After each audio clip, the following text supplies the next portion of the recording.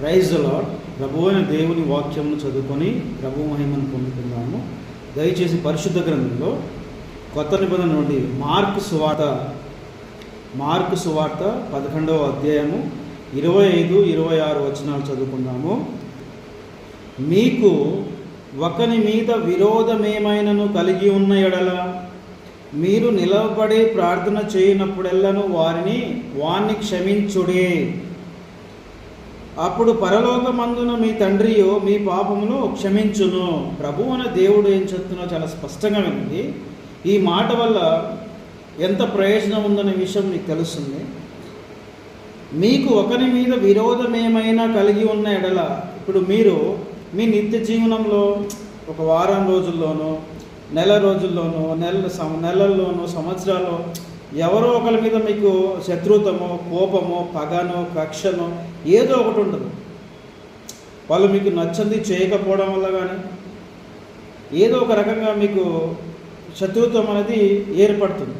అటువంటి వారి విషయంలో మీరైనా నేనైనా ఎలా ఉండమని దేవుడు చెప్తున్నారు. వారిని మీరు క్షమించాలంటున్నాడు. ఏ విధంగా ప్రార్థన చేయాలంట?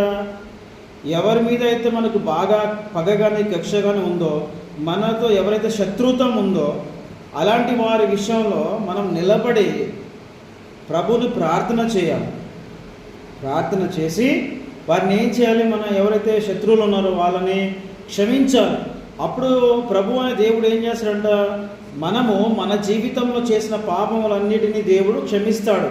ఇక్కడ అర్థం ఏంటంటే పాపములను క్షమించేది ఎవరు? ప్రభు అయిన యేసుక్రీస్తు గారు. ఆ పరలోకమందున తండ్రి ఎవరు? యేసుక్రీస్తు. ఆ తండ్రియే ఏసే తండ్రి. పాపములు క్షమించే దేవుడు ఆయనే. కాబట్టి ప్రభు అయిన యేసుక్రీస్తు చెప్పే మాట ఎంత ప్రయోజనకరంగా ఉందో చూడండి. కాబట్టి మీరు ఒకరి పాపములు క్షమిస్తేనే దేవుడు మీ పాపాలు క్షమిస్తాడు అని ఈ మాట ద్వారా చాలా స్పష్టంగా రాయబడి ఉంది. కాబట్టి మీకు ఎవరి మీదైనా సరే ఒక విరోధం ఉంటే వారిని మీరు నిలబడి ప్రార్థించి క్షమించండి.